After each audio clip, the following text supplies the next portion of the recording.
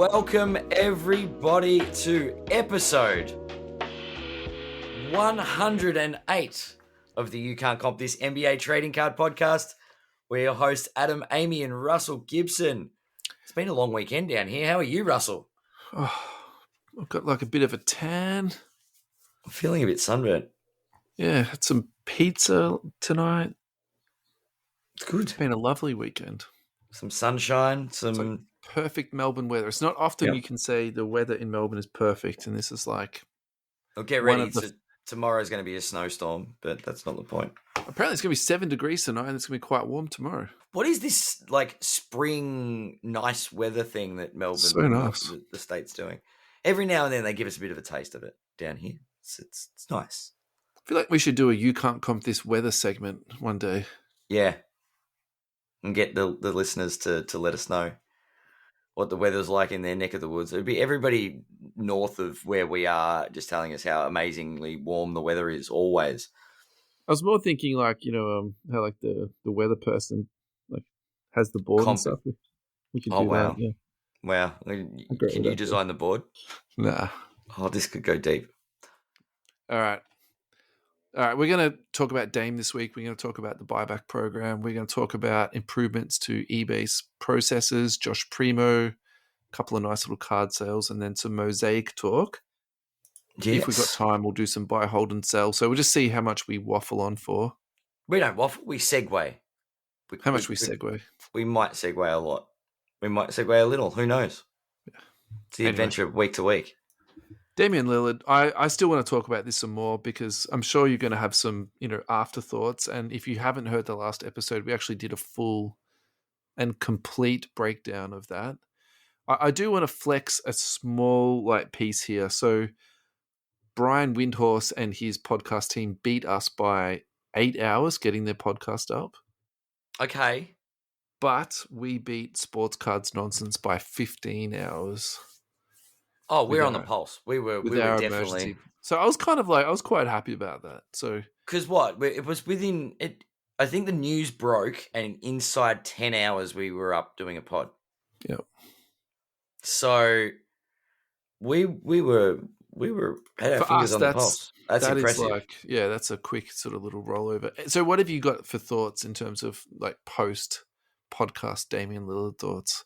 Look. Friend of the show, Al, did ask if we'd referred to it as Dame Miller time, and look, we didn't think of that. That was a good one. I like that. Should we explain that reference to people? Probably. If I understand the joke correctly, it's because Miller is in Milwaukee. Is that right? Well, yeah. Well, and Mill for Milwaukee, Miller time, because right. Yeah, it's yeah, and it's a whole. The Miller it's a beer ad, right? It's Miller time. It's time for it's beer o'clock. So that's what Dame Lillard's going to do. He's going to go and drink lots of beer and. Okay.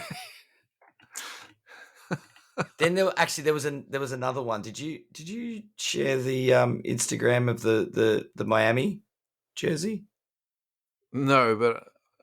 He's talking about the Milwaukee one where they put the tape over the top to say Miami. Yeah. M-I. That was quite good. Yeah, A-M-E-E.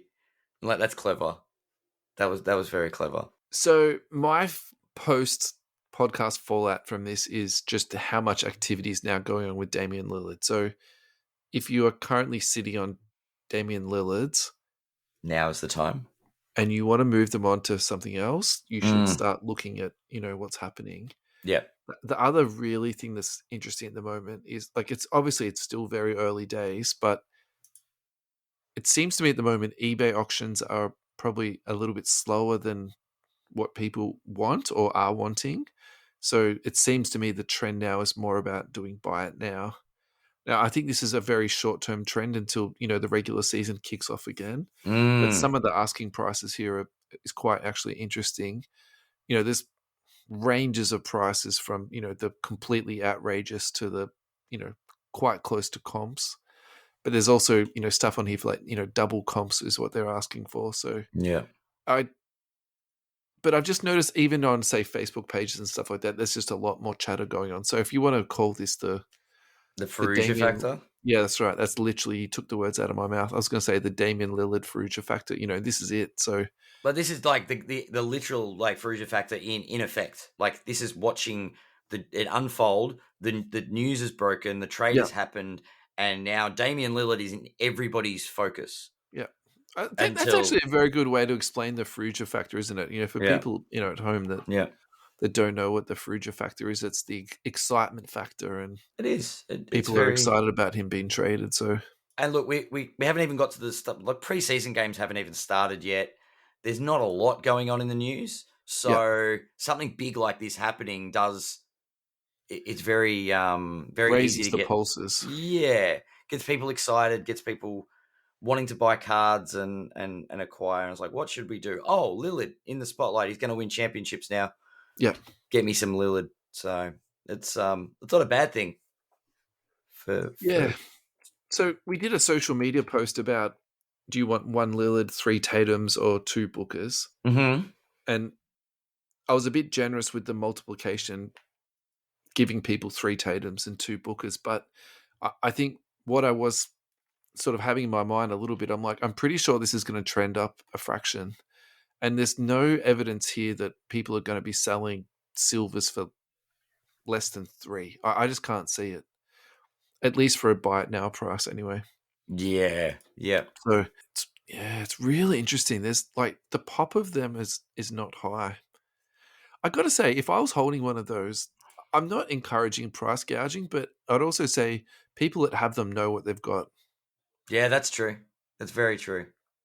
So maybe actually the correct asking price, is double It's comps. double comps. Yeah, Yeah, pop count's a thing.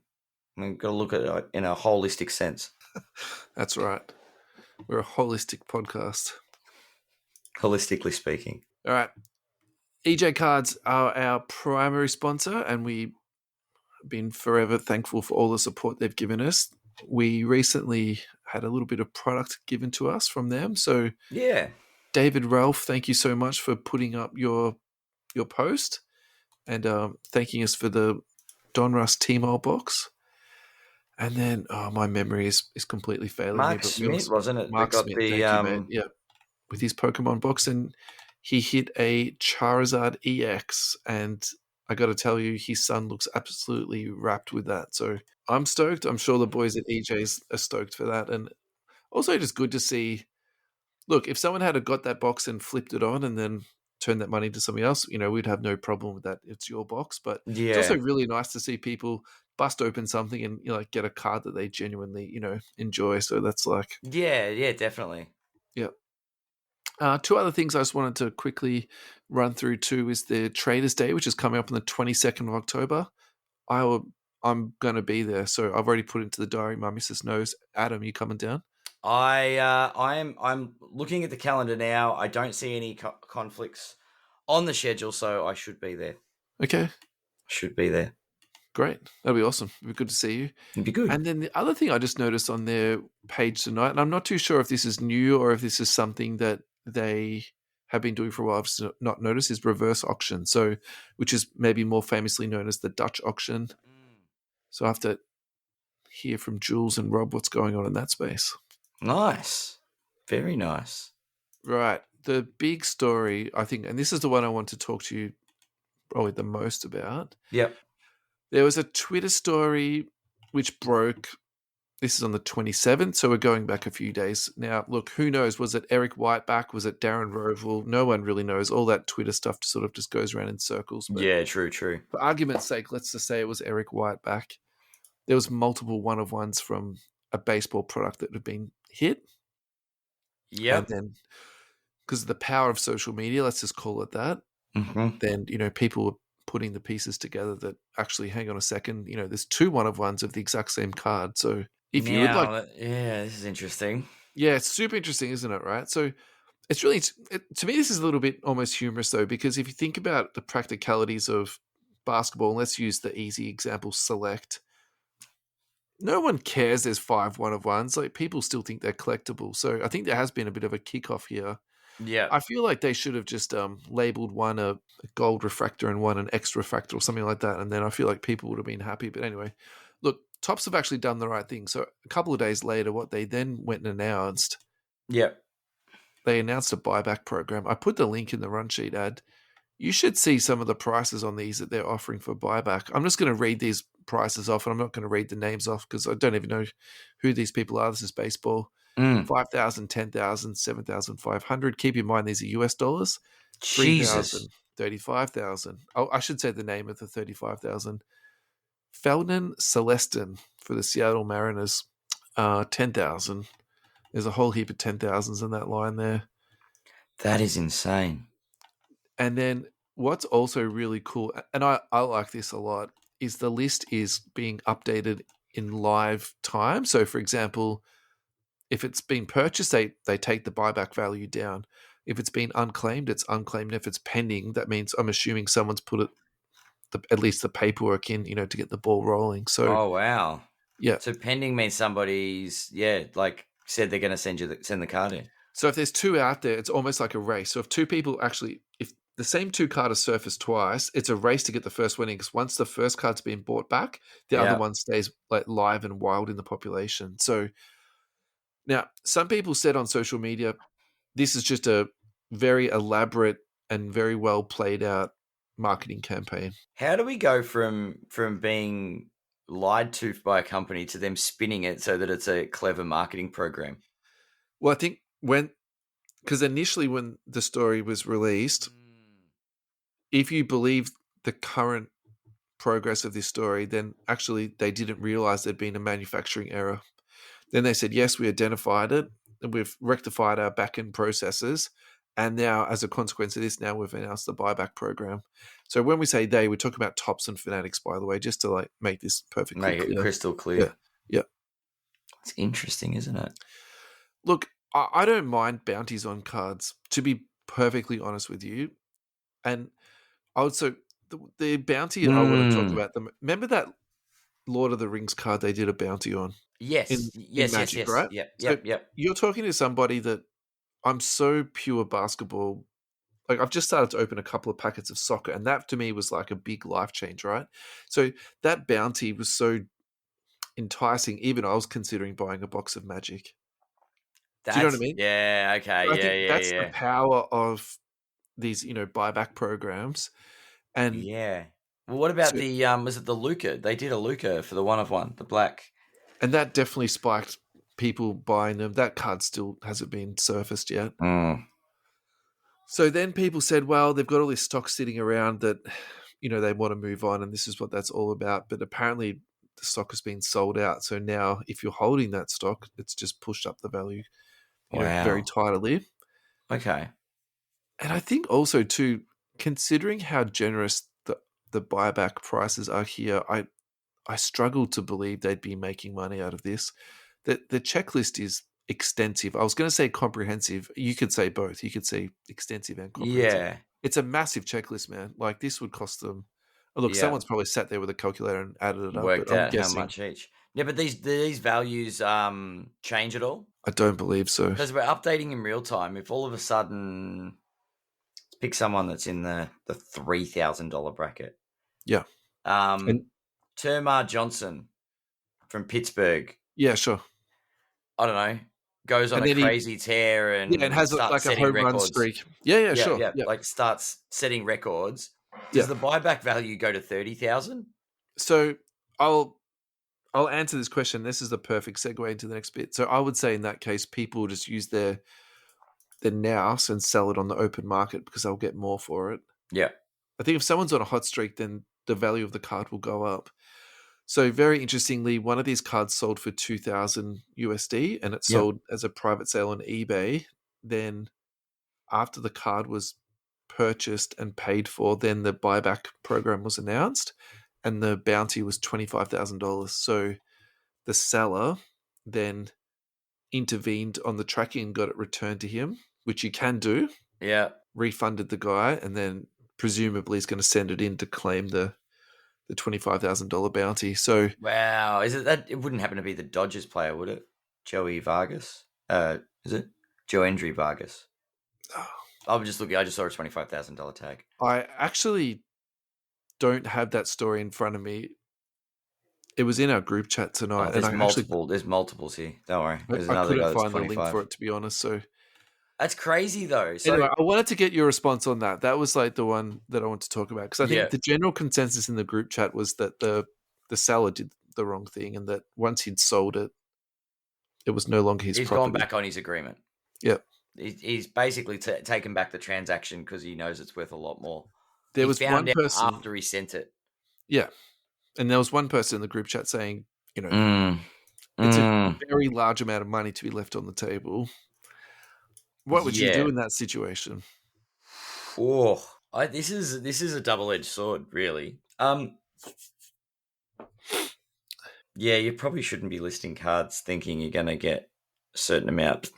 It's a very unique situation. And also, when is this going to happen again, right? And because literally the card went from 2,000 to 25 in, 5 hours or something like that. Yeah. It's a crazy situation. Yeah. Look, you don't begrudge someone sort of doing that, I guess. You can see the rationale behind why they've done it. If I was the guy who paid 2,000 for it, I would be like very upset. I reckon that would Yeah. But if you receive $2,000 for a card and you find out while you're packing it up and posting it, you get back from the post office and all of a sudden, they're like, "Oh, by the way, how's that $25,000 card you've got? When are you sending that off?" And they're like, "What?" Anyway. Ethically, I think you're right. Once I tend to think once you've made the deal, even if it was a bad deal to make, you've sort of gone back on your transaction, which is probably not cool. I feel like once you've actually, I think again, this is an easy one to explain. It's like once the product's out of your hand, I'm not so sure it actually belongs to you anymore. And I think that, and irregardless of the moral component, I think the moral component of this is pretty obvious, isn't it? You've sold the card, it's you just have to stand by your word, and that's enjoy it. Enjoy the hard luck story you have to tell everybody that it's worth $25,000. But ironically, though, he still got $2,000 out of it, which is doesn't sound horrible for a 1-of-1. Yep, true. I've seen 1-of-1 sell for a lot less. Anyone wants to pay $2,000 for one of my one-of-ones? Hey, I just want to say though, it's 18 minutes in, and I haven't ragged on Fanatics yet, so I just feel like you should be proud of me for this moment. You've done really well. That's why I'm going to rag on them now. I mean, come on. All these people can't wait for Fanatics to come in. You know what I mean? That's what I'm saying. Where does the line get drawn at? Like you're saying, Topps have printed multiple 1-of-1s, and everyone's cool with it. Well, they're cool with it now. There's the buyback program. This is a giant screw up. It's pretty easy. There's one copy of the card, not two. Stamping it as a 1-of-1. The funny thing is, right, most problems, if you throw enough cash at it, actually the problem will go away. All right, if Panini had done this. Right, so this is where I was going to, right? So Fanatics are like, we've got a bag of cash. We'll throw some cash at this, make the problem go away, keep the punters happy. Keep the customers happy, whatever. Yep. What would Panini do in this situation? Because I actually can't imagine white boxes or something. Wouldn't they?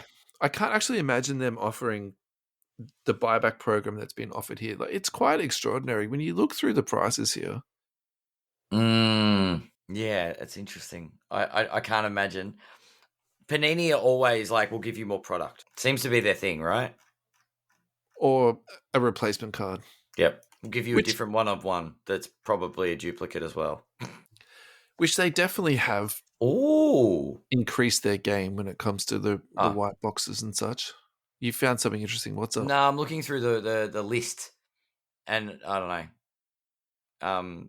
There's one player there that said buyback value not available, but the status is purchased. Yeah. So it won't say what they paid for it. Yeah. Look, I think if you were on here before they all got purchased, you could have just written down the numbers and all the rest of it. Do you think that's an interesting? Because we talk about I know I go on and on and on about regulating the hobby.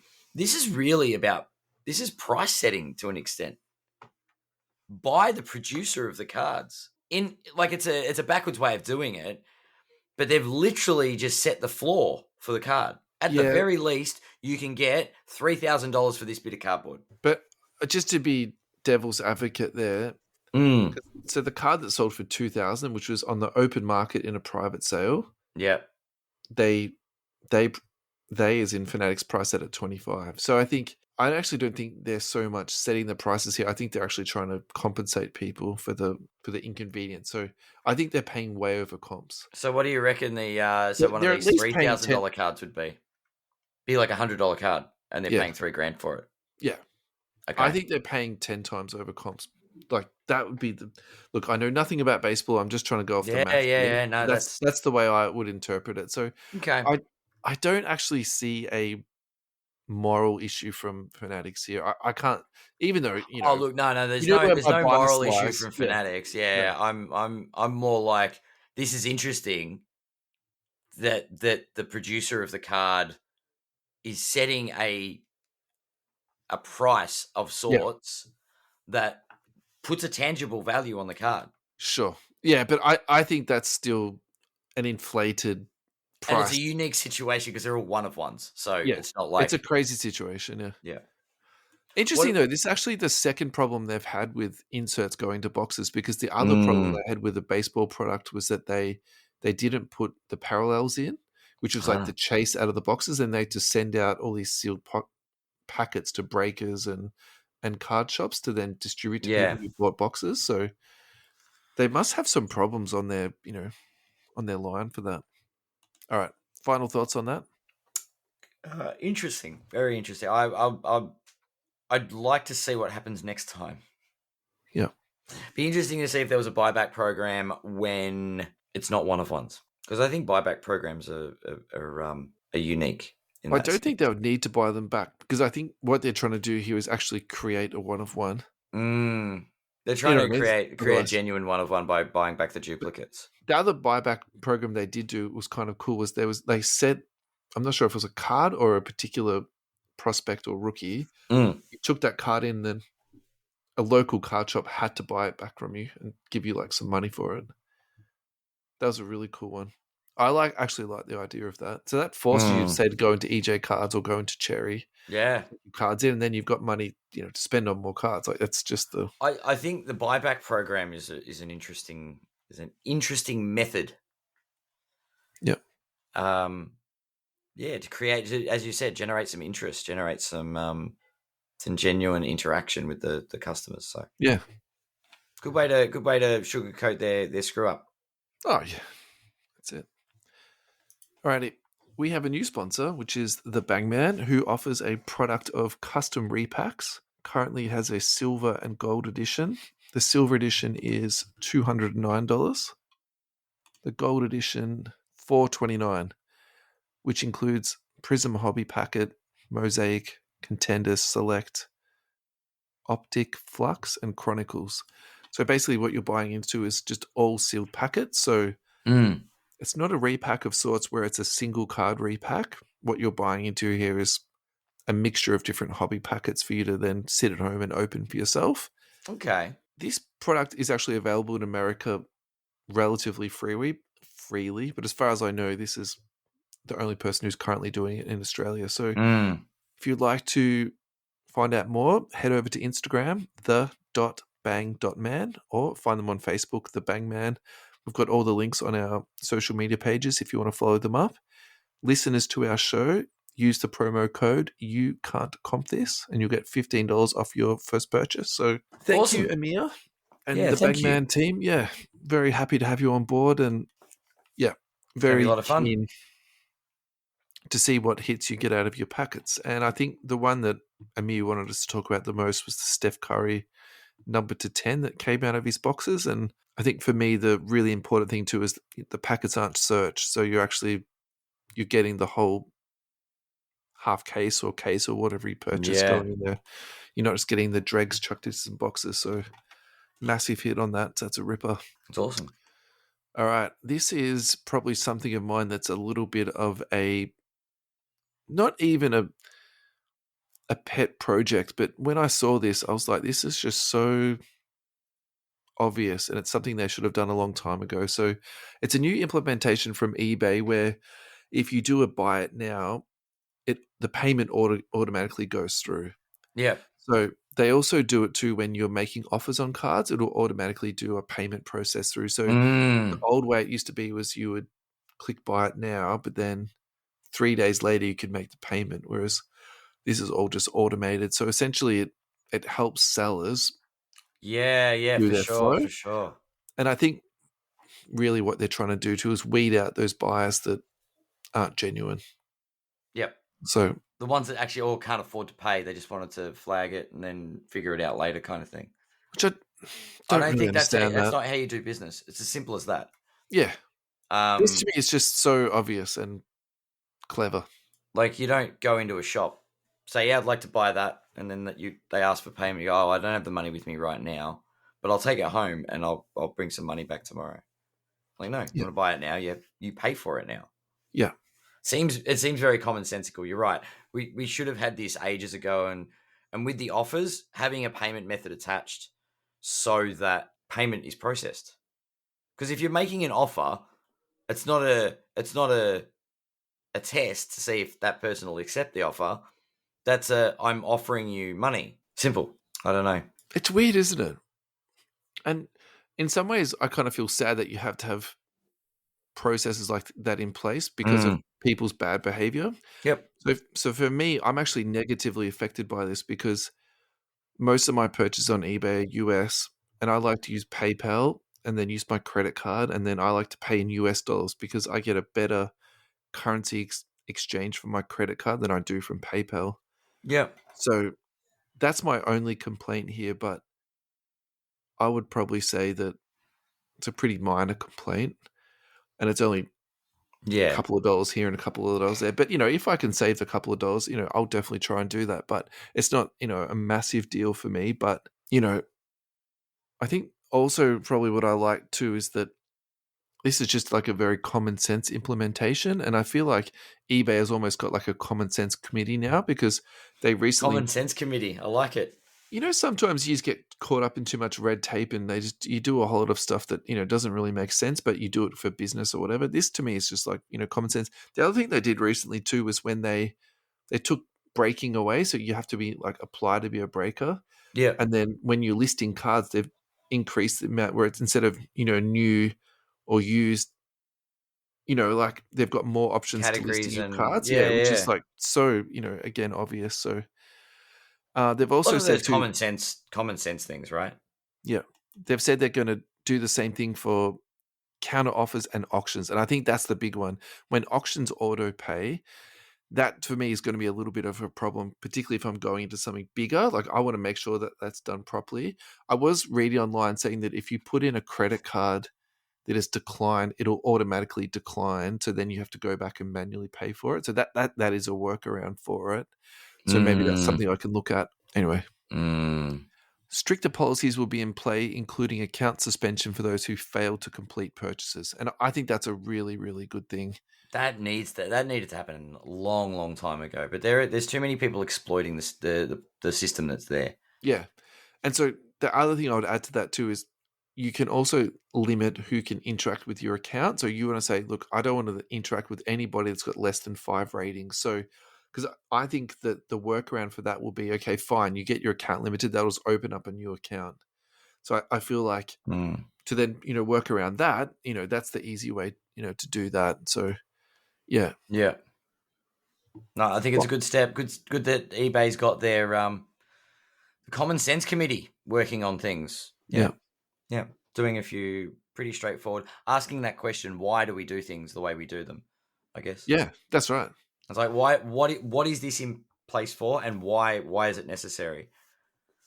And look, you apply some real world logic to it. Yeah. I think it's clever. Speaking of Common Sense Committee, I believe that the Common Sense Committee at the Hobby Hangout made a very wise decision of asking us to speak there on the 19th of November. So I was going to say the lack of a Common Sense Committee. How dare you? Have seen the Hobby Hangout invite us to speak at the Hobby Hangout. That would be we're going to be doing the show there. Yeah. Do they know what they're in for? I don't think so. I don't think so. I Possible really don't. Andrew's never listened to one of our shows ever. He just Yeah. We So never know. we will be live podcasting on the 19th of November at the Hobby Hangout. We can't wait to see you all there. I Yeah. will be buying cards. I'll be going through all the dollar boxes and the $5 boxes. So You can be make sure you sure get. that if you get there late, Russell will have already flipped through the cards in the dollar box. Yeah, I was gonna say if I get distracted, just make sure you get me up on the stage on time, Ad. That will be That's it. that's important. He'll be up on the stage looking and be like, "Oh, you're making your way around the still just put a marker in it, a bookmark. You'll be able to go back to it later." Yeah. So Andrew emailed this week to confirm. So as far as I know, we're good to go for this. Yeah. All the details haven't been released, so when more details come out. But guys, please do put this into your calendar if you are in Melbourne, 19th of November. It's always a really well organized day. Yep. And I think we've said this on previous shows. Each time they do a show, they assess and evaluate and look for ways to improve. It's just been a very progressive. It's just gotten Culture, better yeah. progressively. Yeah, agree. It's one of the best ones we've been to, and every time it gets better. It's it's incredible. It's good. I mean, we don't know. This might be the time that it gets worse with us talking there, but I mean, we're not organising the logistics. That will just be a blip on the radar. It'll be fine, mate. It'll be fine. But yes, if you don't get your tickets and you are in another state, you'll be you'll be able to see us live there. Yep. We'll be broadcasting from the event, which will be cool. I don't know how to segue into this. I was trying to think of a guess who's back a again. blip on the radar or something like that, but it just didn't quite work. Joshua Primo is back in the league. We're going to make a small goods joke. We could have. I know someone in the group chat may have put a hot dog. Yeah, I think that's the most applicable of the small goods. Yeah. All right, we'll let that stew for a second. Yeah, all right. Straight. So Josh Primo. Joshua Primo back into the league with the Clippers. I understand that he's on. Of course, it's with the Clippers. Two-way deal. Look, I think they do need a point guard. I think that would help them out if they had. And the other thing too about the Clippers, actually, they're quite an old team. So I think taking a flyer on a kid who was the 12th pick in the draft only really 2 years ago, he's still only 20 years old. Yep. I mean, he has to wear his shorts on the court, so he's not going to be exposing himself while he's playing. Yeah. So look, part of his agreement to come back, he needs to complete an ongoing counselling and support services. So I think they're trying to get him the help that he needs, and get the best out of him. I think that we're a hobby podcast, so now we've got the jokes out of the way. Let's talk about the hobby implications here. Look, I think if you held on to his stuff, you've basically had, what has it been now, 6 or 8 months of probably being a little bit, worried or nervous about it. To be perfectly honest, like you weren't really too sure if he was going to be back in the league. So I think if you're holding his stuff, this is a really good sign. If you were buying up stuff cheap when people were dumping it, because people were dumping that stuff like crazy, you've probably, you're going to do okay out of it. I think without stealing your little mantra, obviously it's still only time will tell, and I have to have an Andrew gaze into the future to see where this ends up. But I got to say, the kid is talented, and in the right situation, if you're snapping up stuff, high end stuff for cheap, I think you're going to do really well out of this. So it seems we take the politics out of it, right? It's very straightforward. The kid can play basketball, and his cards will be, if he plays good basketball, his cards will go up in value. It's very simple. Yeah. And the fact that the incident that led to his suspension and sort of being out for a little while was obviously tanked his prices. So now he's at that really good opportunity to sort of grab a bargain and prospect away. Yeah. Yeah. Look, I'm just having a look at some of this stuff now. So PSA 10, this is the Prism rookie card, the blue one, the NBA 75th. That sold for $9.05. So that's cheaper than the cost of grading. Yeah. There's a vertical National Treasures RPA to 99, 152. Yeah. I think that says a lot. A middling. Yeah. A pretty good player of those is sitting around $1,000 mark. So just to give you sort of a a contrast. Sorry, I'm talking $1,000 US, by the way, too. Yeah. Actually, really interesting. I'm surprised there's that many sales of this guy even now. This stuff is selling super cheap still. So look, I don't actually believe that this is going to be a quick flip. I think this is really a 3 or a 4 year purchase, and I think there's still a lot of risk here. But I think in the very short term, people who are still holding on to Primo, very, very happy with this news. Yep. So Look, you might get a run, and look, the Clippers are good at getting their stars injured. they need some young legs on that team. Yep. He'll get some game time. That's true. No, I guess if he's on the Clippers, the red, white, and blue variant will be the one to get, you reckon? Yeah. Okay. I mean, he was drafted as a Spur, but if he's on the Clippers, and he makes a name for him as the Clippers. Yeah. No, I see your rationale there. $1.99 for the on eBay, recently sold raw. Pick up those variants, or just the blue one, I guess. Color match. So our next segment is just frothing over some card sales recently that have just happened. And since we did that Jordan podcast a couple of weeks back, I've definitely been looking at more Jordan cards. I've just been enjoying just trying to get my head around all the different inserts and stuff. So this is from CardLadder, a ladder headline that if you don't subscribe to them on Twitter, I definitely suggest that you do. This is the 1995 Topps Finest Refractor Peel On. I need to say this. Yep. Last sold for $10,800. It's interesting because the previous sale was around the sort of the $8,000 mark, and the sale before that was less than $2,000. So it's gone up exponentially. 7,380 on the 28th of June, 2021. So what's that? Just over 2 years, and then the card's gone up. Yeah, $3.5K. Yeah. And if you dial it back to 2017, it's basically 5x. So, yeah, really interesting. Look, it's a nice card. Topps Finest. Look, the refractors. Yeah, enough said about those cards though. Yeah, that's not the original. Is that the original refractor? No, Topps Finest was. Where's the one? The iconic one. We need to talk to Paris about this type of small detail. Yeah. Speaking of that, we'll be with the boys in 2 weeks. Yeah, talking to the Codex boys. We cannot wait. We've got that teed up in the diary, so that will be great. Yeah, and they've been doing some amazing work. Some great stuff to talk about. So, yeah. Yep. A couple of weeks. And we'll hit Paris up about Topps Finest refractors. Now, this next one I want to talk to you about because I think this is quite potentially one of the deals of the year. Luka Doncic, 1920 iMac Logoman 1 of 1. BGS 9. Just not bad for a card like that. Sold for $28,200. You tell me why this is not the deal of the year. Because the player's Luka Doncic. That's literally it. It's a Luka. No, it's not a rookie. Doesn't that seem understeered? And logo man. It is a logo man. It is low for a logo man. That's what I thought. But it's not a rookie card. What is it? Third year, second year. Just a second year, yeah. Second year. Okay. Yeah. Yeah, no, that's definitely for an iMac.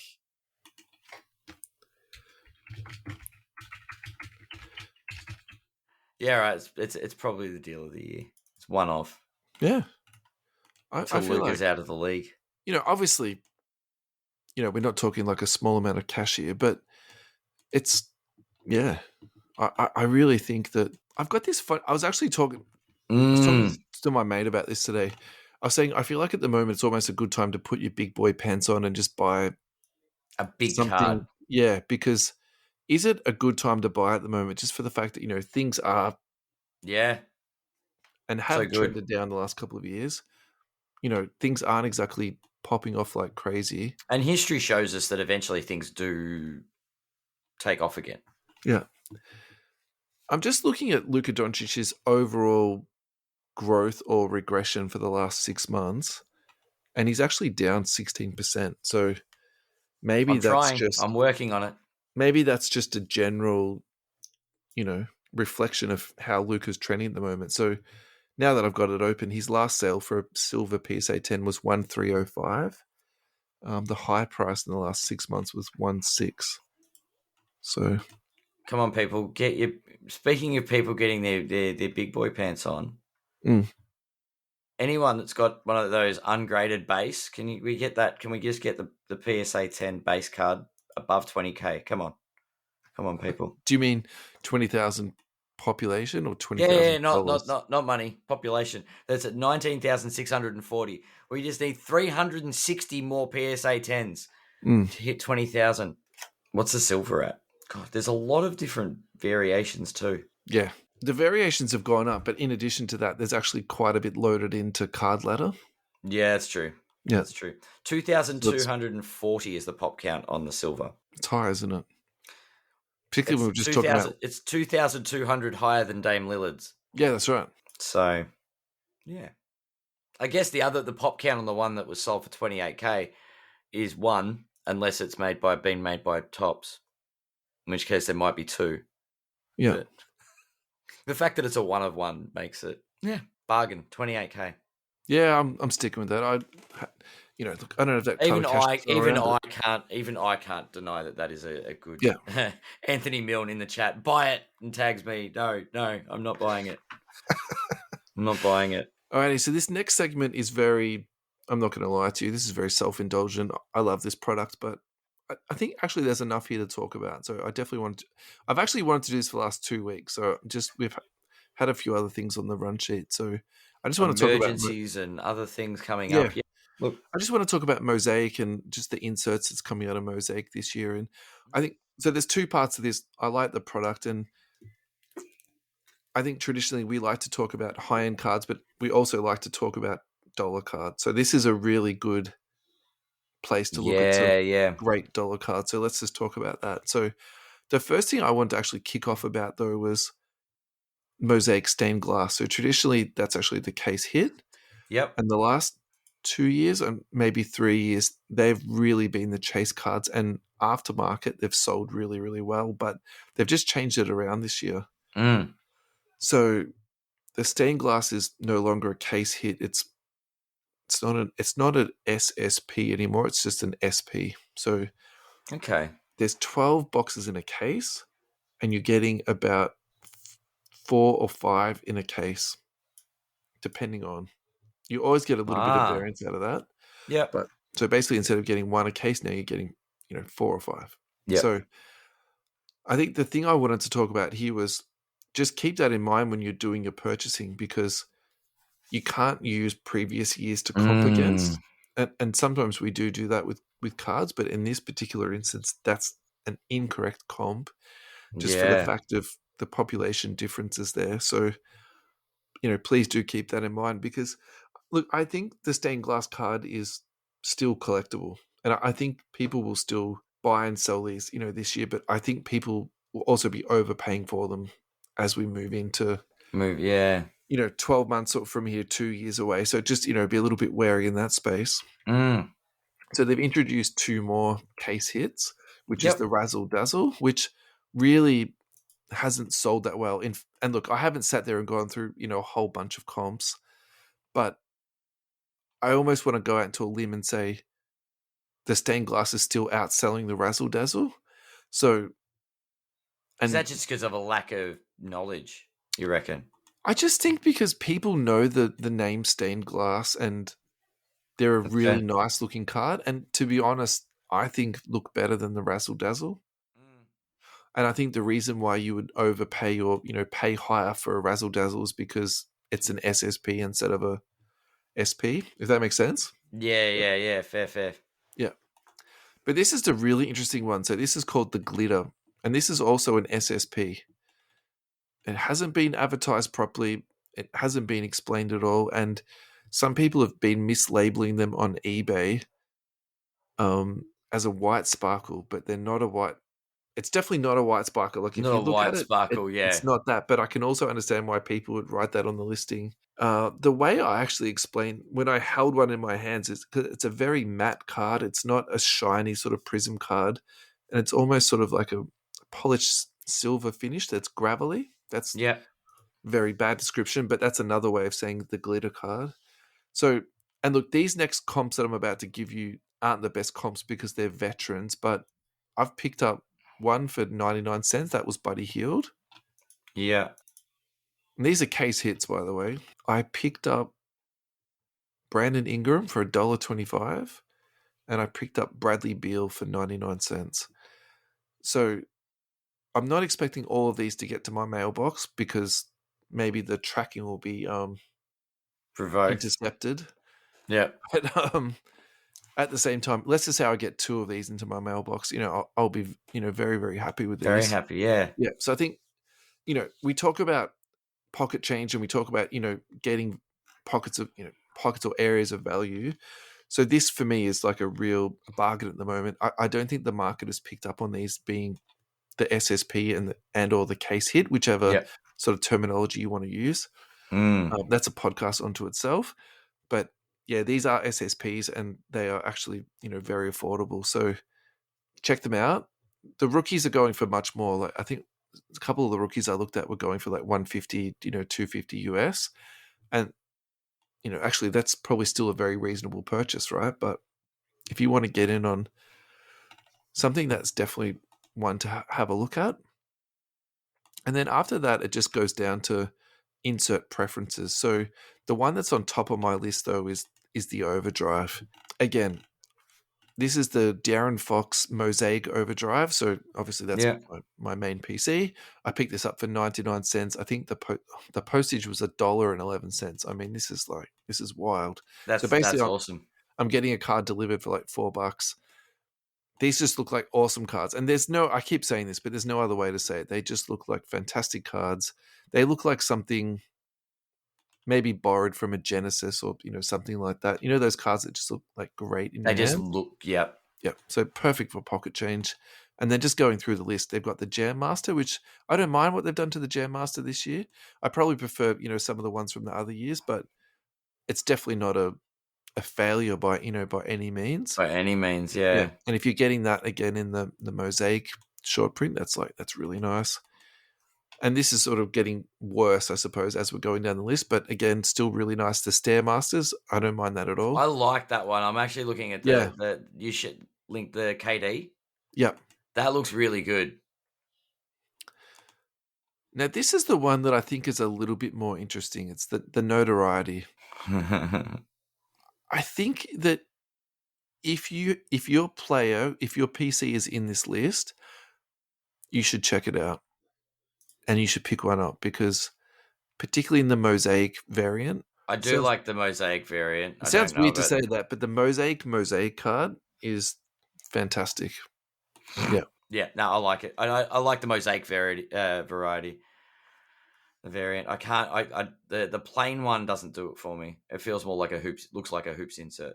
I'm guessing it's a bit more shiny than that, but when you get a hold of the base cards, they don't make sense. They just look washed out and not enough detail or not enough effort put into it. But as soon as they overlay the Mosaic, it's just prism coating onto it, you're like, oh, right, that's why they made it the base like that, and that's why it looks like that. It just looks so good. Yeah. Then the one I've got at the bottom of the list, it's the Give and Go. Look, I don't mind this, but at the same time, it's still at the bottom of my list. I feel like this is maybe on par with the Stairmasters, but it's just not as good. So if you're going to go, for one or the other, it reminds me more of the some of the Prism subsets, insert sets. Yeah, where they just look a bit tired and it's like generic insert set. Yeah. But usually Mosaic, they really step up and pump it up. It's interesting that they haven't done that. Well, I mean, you can't get everyone right, but again, they've really done some really nice work here. I got to say, the Notoriety, that is actually quite growing on me. Yeah. So I might pick one of these to do like the set chase in, but I just can't go past Jam Masters. Yeah, Jam Masters is pretty cool. I like the Jam Masters and I like the Stairmaster. I'll tell you what though, the Razzle Dazzles are a bit razzly and dazzly. Too razzly for you? I don't know. I don't mind it. What would you prefer, the stained glass or the Razzle Dazzle? That's a good question.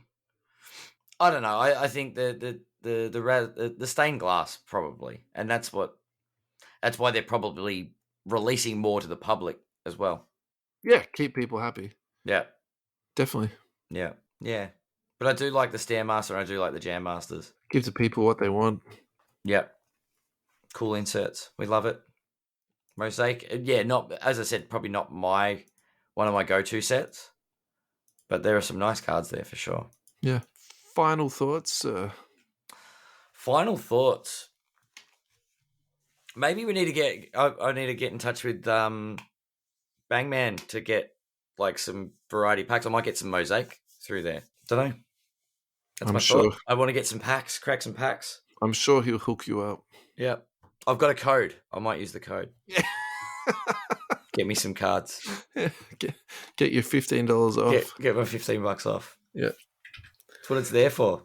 That's it. Alrighty, mate. Thanks for a lovely evening. That was a really, really, really nice show. Yeah. So Great. we've got regular scheduled programming next week, so Sunday. But then the following week, we've got the Card Codex boys. Yeah. So that's going to be special. That would be great. And then the NBA season is not far away. Yeah. Preseason games start soon. Yeah. Yeah, it's exciting. I can just about taste it. Yeah. Yeah, I'm looking forward to watching some basketball. I'm really looking forward to watching some basketball. I'm going to make a small confession. I'm still watching playoff games, to be honest. I've been seeing old games on YouTube. Yeah. Just random Kobe games. Yeah. Yeah.